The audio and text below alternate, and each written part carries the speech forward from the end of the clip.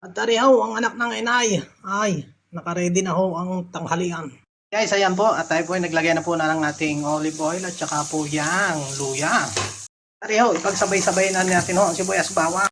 At taluin natin ang bahagya. Yun.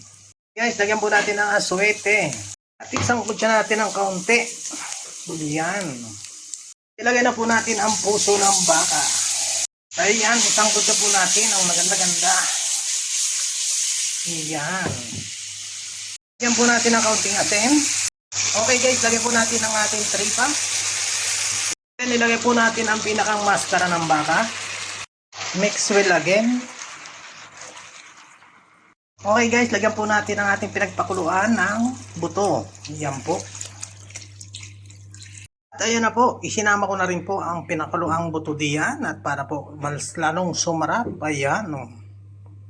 Kitang-kita na ang ating goto. Gotong Batangas.